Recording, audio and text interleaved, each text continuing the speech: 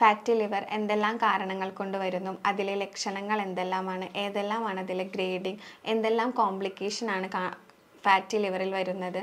5% മുതൽ 33% വരെയുള്ള കൊഴുപ്പ് ലിവറിൽ അടിഞ്ഞു കൂടുമ്പോഴാണ് അത് ഗ്രേഡ് 1 ഫാറ്റി ലിവറായിട്ട് നമ്മൾ കണക്കാക്കുന്നത്. 1 ലിറ്റർ വെള്ളത്തിൽ പിഴിയുക, എന്നിട്ട് അത് നമ്മൾ വെള്ളത്തിന് പകരമായിട്ട് നമ്മൾ മറ്റ് വെള്ളം കുടിക്കുന്നതിന് പകരം ദാഹം വരുമ്പോൾ ഈ വെള്ളം കുടിക്കുന്നത് വളരെയധികം നല്ലതായിരിക്കും. രാവിലെ എണീക്കുമ്പോൾ ഒരു 6 മണിക്ക് 7 മണിക്കാണ് എണീക്കുന്നതെന്നുണ്ടെങ്കിൽ അത് കഴിഞ്ഞ്, അതായത് എപ്പോഴാണോ എണീക്കുന്നത് എണീറ്റിട്ട് 1 അവർ കഴിയുമ്പോൾ അല്ലെങ്കിൽ 1 അവറിൻ്റെ ഉള്ളിൽ തന്നെ നമ്മൾ ബ്രേക്ക്ഫാസ്റ്റ് അല്ലെങ്കിൽ എന്തെങ്കിലും ഫുഡ് നമ്മൾ കഴിച്ചിരിക്കണം. നമസ്കാരം, ഞാൻ ഡോക്ടർ അക്ഷര, ഭൂമി വെൽനസ് ക്ലിനിക്കിലെ ആയുർവേദ കൺസൾട്ടൻ്റാണ്. ഇന്ന് സംസാരിക്കുന്നത് ഫാറ്റി ലിവറിനെ കുറിച്ചിട്ടാണ്. ഫാറ്റി ലിവർ എന്തെല്ലാം കാരണങ്ങൾ കൊണ്ട് വരുന്നു, അതിലെ ലക്ഷണങ്ങൾ എന്തെല്ലാമാണ്, ഏതെല്ലാമാണ് അതിലെ ഗ്രേഡിങ്, എന്തെല്ലാം കോംപ്ലിക്കേഷനാണ് ഫാറ്റി ലിവറിൽ വരുന്നത്, അതുപോലെ തന്നെ മെഡിസിൻ ഇല്ലാതെ എങ്ങനെ ഫാറ്റി ലിവറിനെ ട്രീറ്റ് ചെയ്യാം എന്നതിനെ കുറിച്ചാണ്. എന്താണ് ഫാറ്റി ലിവർ? കൊഴുപ്പ് ലിവറിൽ അടിഞ്ഞു കൂടുന്ന ഒരവസ്ഥയാണ് ഫാറ്റി ലിവർ എന്ന് പറയുന്നത്. 5% വരെ കൊഴുപ്പ് ശരീരത്തിൽ അടിഞ്ഞു കൂടുന്നത് അല്ലെങ്കിൽ ലിവറിൽ അടിഞ്ഞു കൂടുന്നത് തികച്ചും നോർമലാണ്. 5%-ൽ മുകളിൽ പോകുമ്പോഴാണ് അത് ഫാറ്റി ലിവറിലോട്ട് മാറുന്നത്. എങ്ങനെയാണ് ലിവറിൻ്റെ സെൽസ് ഡാമേജ് ആവുന്നത്? ഒന്നുകിൽ ആൽക്കഹോളിസം, അല്ലെങ്കിൽ സ്മോക്കിംഗ്, അല്ലെങ്കിൽ എന്തെങ്കിലും ഒരു ക്രോണിക് ഇൽനെസ് വരുമ്പോഴാണ് ലിവറിൻ്റെ സെൽസ് ഡാമേജ് ആവുക. അതുമൂലം ലിവറിൻ്റെ സെൽസിന് പ്രോപ്പറായിട്ട് ഫങ്ഷൻസ് ചെയ്യാൻ പറ്റില്ല. അപ്പോഴും കൊഴുപ്പ് ശരീരത്തിൽ അടിഞ്ഞുകൂടും അല്ലെങ്കിൽ ലിവറിൽ അടിഞ്ഞുകൂടുന്ന ഒരവസ്ഥയുണ്ടാകാം. ഇനി എന്തെല്ലാമാണ് ഇതിൻ്റെ ലക്ഷണങ്ങൾ? കൂടുതൽ ആളുകൾക്കും ഇത് അസിംപ്റ്റമാറ്റിക് അല്ലെങ്കിൽ ലക്ഷണങ്ങളില്ലാതെയാണ് കാണുന്നത്, അല്ലെങ്കിൽ ചെറിയ ഏതെങ്കിലും ലക്ഷണങ്ങളായിരിക്കും കാണിക്കുന്നുണ്ടാവുക. വിശപ്പില്ലായ്മ, ഛർദി, ഒരു കാരണം കൂടാതെ പെട്ടെന്ന് മെലിയുക, എനർജി കുറവ്, ഇതെല്ലാമാണ് ഫാറ്റി ലിവറിൽ ആദ്യം കാണിക്കുന്ന ലക്ഷണങ്ങൾ. കൂടുതൽ ആളുകളും ഇത് തിരിച്ചറിയുന്നത് നോർമൽ റൂട്ടീൻ ബ്ലഡ് ചെക്കപ്പിലൂടെയാണ്. അതായത് ലിവർ ഫങ്ഷൻ ടെസ്റ്റ്, SGOT, SGPTയുടെ വാല്യൂ കൂടുമ്പോൾ. ഇതിൻ്റെ പ്രധാന ലക്ഷണങ്ങളിൽ ഒന്നാണ് വയറിനകത്ത് വേദന. അതും കൂടുതലായിട്ടും കാണുന്നത് റൈറ്റ് സൈഡിലായിരിക്കും. കാരണം ലിവറിൻ്റെ പൊസിഷൻ വരുന്നത് നമ്മുടെ റൈറ്റ് സൈഡിലോട്ടാണ്. അപ്പോൾ റൈറ്റ് സൈഡിൽ വേദന വരുന്നുണ്ടായിരിക്കും. അതുപോലെ തന്നെ അസൈറ്റിസ് കാണാം. അസൈറ്റിസ് എന്ന് വെച്ചിട്ടുണ്ടെങ്കിൽ ലോവർ അബ്ഡോമിനിൽ വെള്ളം കെട്ടി നിൽക്കുന്ന ഒരവസ്ഥയാണ്. അതുകൊണ്ട് തന്നെ ബ്ലോട്ടിങ്, നോസിയ പോലുള്ള കാര്യങ്ങളൊക്കെ കാണിക്കുന്നുണ്ടാവും. പിന്നീട് കാണിക്കുന്നതാണ് ബ്രെത്ത്ലെസ്നെസ്, അതായത് അമിതമായിട്ടുള്ള കിതപ്പ് ഉണ്ടായിരിക്കും. കൂടാതെ അബ്ഡോമിനൽ ബ്ലീഡിങ് ഉണ്ടായിരിക്കും. ഈ അബ്ഡോമിനൽ ബ്ലീഡിങ് ഉണ്ടാവുന്നത് ലിവറിൻ്റെ ഫങ്ഷൻസ്, അതായത് ലിവറിലാണ് കൊയാഗുലേഷൻ ഫാക്ടേഴ്സിൻ്റെ സിന്തസിസ് നടക്കുന്നത്. ഇത് പ്രോപ്പറായിട്ട് നടക്കാതെ പോവുകയും അതിൻ്റെ ഭാഗമായിട്ട് ബ്ലഡ് കട്ട പിടിക്കാൻ ആവശ്യമായിട്ടുള്ള രാസവസ്തുക്കൾ അവിടെ കുറയും. അതുകൊണ്ട് എന്തുണ്ടാകും? ബ്ലഡ് കട്ട പിടിക്കാതെ പോകും. അതുകൊണ്ടാണ് ഇൻറ്റേർണൽ ബ്ലീഡിങ് ഇവിടെ കാണുന്നത്. അതുപോലെ സ്പൈഡർ ആൻജിയോമ എന്ന് പറഞ്ഞിട്ടുള്ള ഒരു കണ്ടീഷൻ ഉണ്ട്. അതായത് വെയിൻസ് പുറത്തോട്ട് പ്രൊമിനൻ്റ് ആയിട്ട് നിൽക്കുന്നുണ്ടായിരിക്കും. ഈ ഒരു കണ്ടീഷനും ഇതിൽ കാണാം. പിന്നെ ലിവറിലാണ് ഡീടോക്സിഫിക്കേഷൻ എന്ന് പറഞ്ഞ ഫങ്ഷൻ നടക്കുന്നത് ലിവറിലാണ് മെയിനായിട്ടും. അപ്പം ഇതിൻ്റെയൊക്കെ ഫങ്ഷൻസ് തകരാറാവും. ഈ തകരാറ് മൂലം എന്തുണ്ടായിരിക്കും? ടോക്സിൻസിൻ്റെ അളവ് ബ്ലഡിൽ കൂടും. ഇങ്ങനെ ബ്ലഡിൽ ടോക്സിൻസിൻ്റെ അളവ് കൂടിയിട്ടുണ്ടെങ്കിൽ അത് എന്തുണ്ടാക്കും? ബ്രെയിനിനൊക്കെ സിവിയർ ആയിട്ടുള്ള ഡാമേജ് ഉണ്ടാക്കാനൊക്കെ കാരണങ്ങളാകുന്നുണ്ട്. മെയിനായിട്ടും 2 ടൈപ്പായിട്ടാണ് നമ്മൾ ഫാറ്റി ലിവറിനെ പറയുന്നത്. ആൽക്കഹോളിക് ഫാറ്റി ലിവറും ഉണ്ട്, നോൺ ആൽക്കഹോളിക് ഫാറ്റി ലിവറും ഉണ്ട്. അപ്പോൾ നോൺ ആൽക്കഹോളിക് ഫാറ്റി ലിവർ ഉണ്ടാകുന്നത് കൂടുതലും നമ്മുടെ ഹാബിറ്റുകൾ കൊണ്ട് തന്നെയാണ് ഇത് രണ്ടും ഉണ്ടാകുന്നത്. ആ പേരിൽ തന്നെയുണ്ട് ആൽക്കഹോളിക് ഫാറ്റി ലിവർ എന്ന് പറയുമ്പോൾ കൂടുതലായിട്ടും നമ്മൾ ആൽക്കഹോൾ, സ്മോക്കിംഗ് അങ്ങനെയുള്ള കാര്യങ്ങൾ കൊണ്ടാണ് വരുന്നത്. നോൺ ആൽക്കഹോളിക് ഫാറ്റി ലിവർ എന്ന് പറയുന്നത് എക്സസൈസിൻ്റെ കുറവ് മൂലം ഉണ്ടാകുന്നതാണ്. കൂടുതലായും നമ്മൾ ഫാറ്റി ലിവർ നോക്കുന്നത് USG അബ്ഡമൻ ചെയ്തിട്ടായിരിക്കും. അപ്പോൾ നമുക്കതിൻ്റെ റിപ്പോർട്ട് കാണുമ്പോൾ തന്നെ അറിയാം അതിൽ ഗ്രേഡ് 1 ഫാറ്റി ലിവർ അല്ലെങ്കിൽ ഗ്രേഡ് 2, ഗ്രേഡ് 3 എന്നുള്ള ഒരു റേഷ്യോയിലായിരിക്കും അത് എഴുതി കാണുന്നത്. ഗ്രേഡ് 1 ഫാറ്റി ലിവർ എന്ന് വെച്ചിട്ടുണ്ടെങ്കിൽ 5% മുതൽ 33% വരെയുള്ള കൊഴുപ്പ് ലിവറിൽ അടിഞ്ഞു കൂടുമ്പോഴാണ് അത് ഗ്രേഡ് 1 ഫാറ്റി ലിവറായിട്ട് നമ്മൾ കണക്കാക്കുന്നത്. ഇത് നമുക്ക് മെഡിസിൻ ഇല്ലാതെ തന്നെ ട്രീറ്റ് ചെയ്യാൻ പറ്റും. ചെറിയ കുറച്ച് എക്സസൈസ് അതുപോലെ ഡയറ്റ് ഇങ്ങനെയുള്ള കാര്യങ്ങൾ ശ്രദ്ധിച്ചാൽ തന്നെ നമുക്കത് പൂർണ്ണമായിട്ട് നീക്കം ചെയ്യാൻ സാധിക്കും.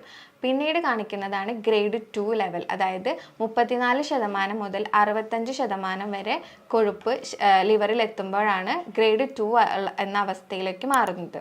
ഇതിനെ നമുക്ക് അതുപോലെ തന്നെ ഡയറ്റും മെഡിക്കേഷൻ എന്ന കാര്യങ്ങൾ കൊണ്ടൊക്കെ നമുക്ക് മാറ്റിയെടുക്കാൻ പറ്റും. ഗ്രേഡ് 2 നല്ല വേഴ്സൺ ആയിട്ടില്ല എന്നുണ്ടെങ്കിൽ നമുക്ക് മെഡിക്കേഷൻ ഇല്ലാതെ തന്നെ നല്ല സ്ട്രിക്റ്റ് ആയിട്ടുള്ള ഒരു ഡയറ്റും അതുപോലെ തന്നെ ശരീരം നല്ല വിയർത്തിട്ടുള്ള എക്സസൈസുകൾ അങ്ങനെയുള്ള കാര്യങ്ങൾ ചെയ്താൽ തന്നെ നമുക്ക് ഗ്രേഡ് 2നെ പൂർണ്ണമായും നീക്കം ചെയ്യാം.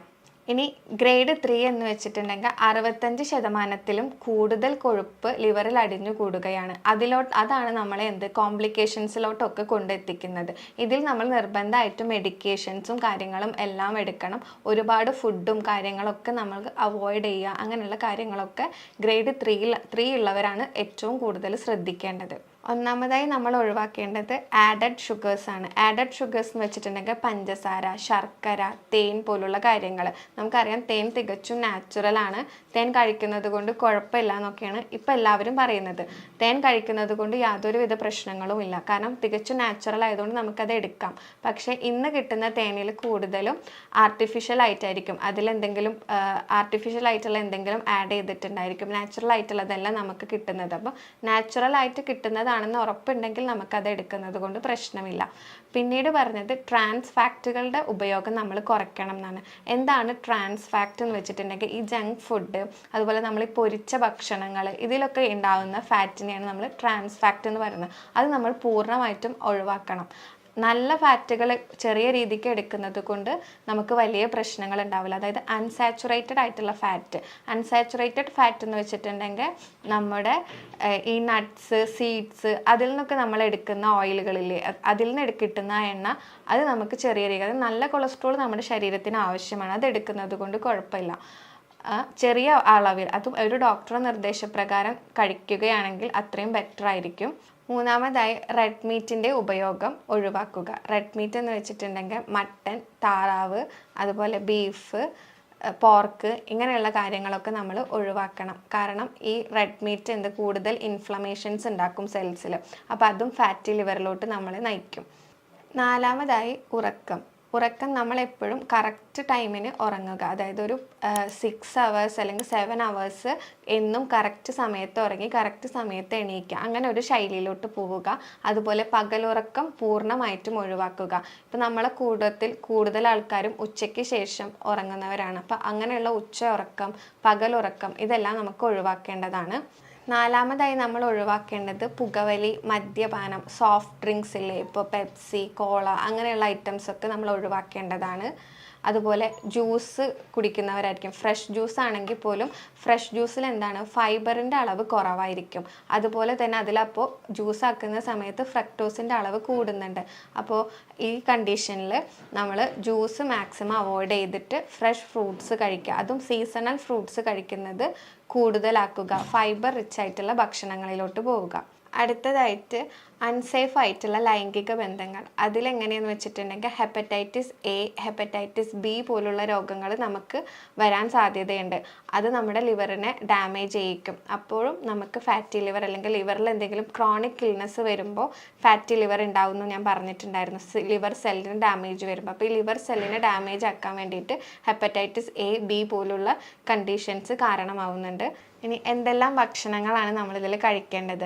ധാരാളം ഇലക്കറികൾ കഴിക്കാം, പച്ചക്കറികൾ കഴിക്കാം, ഫൈബ്രിൻ കണ്ടൻറ്റ് കൂടുതലുള്ള തരത്തിലുള്ള കുക്കുംബർ, സാലഡ്സ് പോലുള്ള കാര്യങ്ങളൊക്കെ നമുക്കിതിൽ ഇൻക്ലൂഡ് ചെയ്യാം. അതുപോലെ തന്നെ ചെറുമീനുകൾ, മത്തി പോലുള്ള മീനൊക്കെ കഴിക്കുന്നതും ഇതിൽ നല്ലതായിരിക്കും. പിന്നെ പ്രോബയോട്ടിക്സ്, ആൻറ്റി ഓക്സിഡൻസ് അങ്ങനെയുള്ള ഭക്ഷണങ്ങളും നമുക്കിതിൽ ഉൾപ്പെടുത്താം. അതായത് ഇഞ്ചി, മഞ്ഞൾ, അതുപോലെ പ്രോബയോട്ടിക്സ് ആയിട്ടുള്ള തൈരൊക്കെ കഴിക്കുന്നത് നല്ലതാണ്. പിന്നെ പലർക്കും ഉള്ള സംശയമാണ് മുട്ട കഴിക്കാൻ പറ്റുമോ എന്നുള്ളത്. അപ്പോൾ മുട്ടയുടെ വൈറ്റ് നമുക്ക് എപ്പോഴും കഴിക്കാം. വീക്ക്ലി 1 or 2 ആയിട്ട് മുട്ടയുടെ മഞ്ഞ കഴിക്കുന്നതും നല്ലതാണ്. പിന്നെ ഒരു ഡോക്ടർ നിർദ്ദേശപ്രകാരം വൈറ്റമിൻ ഇ ക്യാപ്സ്യൂളിൻ്റെ ഇൻടേക്കും വളരെയധികം ഗുണകരമായിരിക്കും. ഇനി നമുക്ക് കുറച്ച് ഹോം റെമഡീസ് പരിചയപ്പെടാം. നമ്മളെ വീട്ടിലെല്ലായിടത്തും കിട്ടുന്നതാണ് ചെറുനാരങ്ങ. ഈ ഒരു ചെറുനാരങ്ങ എടുത്തിട്ട് നമ്മൾ 1 ലിറ്റർ വെള്ളത്തിൽ പിഴിയുക. എന്നിട്ട് അത് നമ്മൾ വെള്ളത്തിന് പകരമായിട്ട് നമ്മൾ മറ്റ് വെള്ളം കുടിക്കുന്നതിന് പകരം ദാഹം വരുമ്പോൾ ഈ വെള്ളം കുടിക്കുന്നത് വളരെയധികം നല്ലതായിരിക്കും. നമുക്കറിയാം നാരങ്ങയിൽ വൈറ്റമിൻ സി ധാരാളമായിട്ടുണ്ട്. അതുകൊണ്ട് തന്നെ എന്തുണ്ടാവും, ഇവിടെ ഗ്ലൂട്ടൻ്റെ സിന്തസിസ് നടക്കാൻ ഹെൽപ്ഫുൾ ആയിരിക്കും. അപ്പോൾ നമ്മുടെ കൊഴുപ്പുകൾ നീക്കം ചെയ്യാനും ഇത് വളരെയധികം സഹായിക്കും. രണ്ടാമതായിട്ട് നമുക്കറിയാം, നമ്മളെല്ലാവരും രാവിലെ നമ്മുടെ ഒരു ഡേ തുടങ്ങുന്നത് തന്നെ ഒരു ടീയിൽ നിന്ന് അല്ലെങ്കിൽ ഒരു കോഫിയിൽ നിന്നായിരിക്കും. അപ്പോൾ ഇതിൻ്റെ ഉപയോഗം നമ്മൾ പൂർണ്ണമായിട്ടും ഒഴിവാക്കേണ്ടതുണ്ട്. ടീയിലും അല്ലെങ്കിൽ കോഫിയിലൊക്കെയുള്ള ഈ കഫീൻ്റെ കണ്ടൻറ്റ് എന്ന് പറയുന്നത് നമ്മുടെ ബ്ലഡിൽ ഹീമോഗ്ലോബിനെ വലിച്ചെടുക്കുന്നതാണ്. അപ്പോൾ അതും നമുക്ക് എപ്പോഴും ഒരു ബാഡ് ആയിട്ടുള്ള ഒരു ഹാബിറ്റാണ് ഈ ടീ അല്ലെങ്കിൽ അതുപോലെ തന്നെ കോഫിയുടെ ഉപയോഗം. അപ്പോൾ അതിന് പകരമായിട്ട് നമുക്ക് കാലത്ത് എണീറ്റ പാട് തന്നെ വെറുതെ ഒരു പ്ലെയിൻ വാട്ടർ അല്ലെങ്കിൽ സാധാ വെള്ളം നമ്മൾ കുടിക്കുക. അതിൻ്റെ ശേഷം മാത്രം എപ്പോഴും നമ്മൾ ബ്രഷ് ചെയ്യുക അല്ലെങ്കിൽ മറ്റ് ആക്ടിവിറ്റീസിലേക്ക് പോവുക. അതിനോടൊപ്പം തന്നെ വ്യായാമം കഴിഞ്ഞതിന് ശേഷം നമുക്ക് വേണമെങ്കിൽ ചായക്ക് പകരമായിട്ട് ഞാൻ ഇപ്പോൾ പറയുന്ന ഈ റെമഡി നമുക്ക് യൂസ് ചെയ്യാം. കറുകപ്പട്ട പൊടിച്ചത് അതിൽ 1 ടേബിൾ സ്പൂൺ എടുത്തിട്ട് അതിൽ തന്നെ 1 ടേബിൾ സ്പൂൺ മഞ്ഞൾ എടുക്കുക. എന്നിട്ടത് വെള്ളത്തിൽ നന്നായി തിളപ്പിക്കുക. 2 ഗ്ലാസ് വെള്ളത്തിൽ തിളപ്പിച്ചിട്ട് അതിലൊരു ഗ്രീൻ ടീ ആവശ്യമുണ്ടെങ്കിൽ ഇടാം, അല്ലെങ്കിൽ ഗ്രീൻ ടീ ആഡ് ചെയ്തില്ലെങ്കിലും പ്രശ്നമില്ല. അപ്പോൾ ഗ്രീൻ ടീയുടെ വെച്ചിട്ട് നമുക്കിതൊരു ടീ പോലെ ആക്കിയിട്ട് ഇളം ചൂടോടുകൂടെ കുടിക്കാവുന്നതാണ്. മൂന്നാമതായി ഇരട്ടി മധുരം. ഇരട്ടി മധുരത്തിൻ്റെ വേരാണ് നമ്മളിവിടെ യൂസ് ചെയ്യേണ്ടത്. അത് തിളപ്പിച്ചിട്ട് നമുക്ക് വേണമെങ്കിൽ അതിൻ്റെ വെള്ളം കുടിക്കുന്നതൊക്കെ നല്ലതായിരിക്കും. ഇതിൽ ധാരാളം ആൻറ്റി ഓക്സിഡൻസ് ഉണ്ട്. അപ്പോൾ അത് ലിവറിൻ്റെ ഫങ്ഷൻസ് അല്ലെങ്കിൽ ലിവറിൻ്റെ സെൽസുകളെ നോർമലാക്കാൻ സഹായിക്കും. നല്ല രീതിക്കുള്ള വ്യായാമം, അതായത് ശരീരം നല്ല വിയർത്ത് പോകുന്ന രീതിക്കുള്ള വ്യായാമങ്ങൾ ചെയ്യുന്നതും വൈറ്റ് റൈസിൻ്റെ ഉപയോഗം പൂർണ്ണമായും കുറയ്ക്കുകയും അതുപോലെ തന്നെ റാഗി, ഓട്സ് പോലുള്ള ധാന്യങ്ങളും പയറ് വർഗ്ഗങ്ങളൊക്കെ ഇൻക്ലൂഡ് ചെയ്യുക നമ്മുടെ ഡയറ്റിൽ. ഇതൊക്കെ ചെയ്യുന്നുണ്ടെങ്കിൽ നമുക്ക് ഈ ഗ്രേഡ് 1 ഫാറ്റി ലിവർ അതുപോലെ 2ൻ്റെ ഫസ്റ്റ് സ്റ്റേജ്, അതായത് തുടങ്ങിയിട്ടുള്ളൂ ഗ്രേഡ് 2 ഫാറ്റി ലിവർ എന്നൊക്കെ ഉണ്ടെങ്കിൽ നമുക്കത് പൂർണ്ണമായിട്ട് മാറ്റിക്കൊണ്ടുപോകാൻ പറ്റും. അതോടൊപ്പം തന്നെ ആയുർവേദത്തിൽ ധാരാളം മെഡിക്കേഷൻസ് നമുക്ക് ഫാറ്റി ലിവറിന് വേണ്ടിയിട്ടുണ്ട്. യോഗാസ് ഉണ്ട്, യോഗാസനങ്ങളുണ്ട്, പ്രാണായാമം, മെഡിറ്റേഷൻ പോലുള്ള കാര്യങ്ങളൊക്കെ നമ്മുടെ ഫാറ്റി ലിവറിനെ കുറയ്ക്കാൻ വേണ്ടിയിട്ട് സഹായിക്കുന്നുണ്ട്. അതുപോലെ തന്നെയാണ് രാത്രി ഭക്ഷണം. ഒരു 7-7:30 കൂടെ തന്നെ നമ്മൾ നമ്മുടെ ഡിന്നർ കഴിച്ച് തീർക്കുക. അതിലും ലൈറ്റ് ആയിട്ടുള്ള ഭക്ഷണങ്ങൾ കഴിക്കാൻ ശ്രദ്ധിക്കുക. ഓട്സ്, അതുപോലെ സാലഡ്സ്, ഒണിയനൊക്കെ ഇട്ടിട്ടുള്ള സാലഡ്സ് ഉണ്ടാവില്ലേ, കുക്കുംബർ, അതൊക്കെ ആഡ് ചെയ്തിട്ട് നമ്മൾ കഴിക്കാൻ നോക്കുക. അതുപോലെ തന്നെ രാവിലെ എണീക്കുമ്പോൾ ഒരു 6 മണിക്ക് 7 മണിക്കാണ് എണീക്കുന്നതെന്നുണ്ടെങ്കിൽ അത് കഴിഞ്ഞ്, അതായത് എപ്പോഴാണോ എണീക്കുന്നത് എണീറ്റിട്ട് 1 hour കഴിയുമ്പോൾ അല്ലെങ്കിൽ 1 hourൻ്റെ ഉള്ളിൽ തന്നെ നമ്മൾ ബ്രേക്ക്ഫാസ്റ്റ് അല്ലെങ്കിൽ എന്തെങ്കിലും ഫുഡ് നമ്മൾ കഴിച്ചിരിക്കണം. ഇനി ഈ പറഞ്ഞതിൽ എന്തെങ്കിലും സംശയമോ എന്തെങ്കിലും ക്ലിയർ ആവാത്തതുണ്ടെങ്കിൽ നിങ്ങൾക്ക് താഴെ കാണുന്ന ഈ നമ്പറിൽ കോൺടാക്റ്റ് ചെയ്യാവുന്നതാണ്. അടുത്തൊരു വീഡിയോ ആയിട്ട് വീണ്ടും കാണാം. Thank you.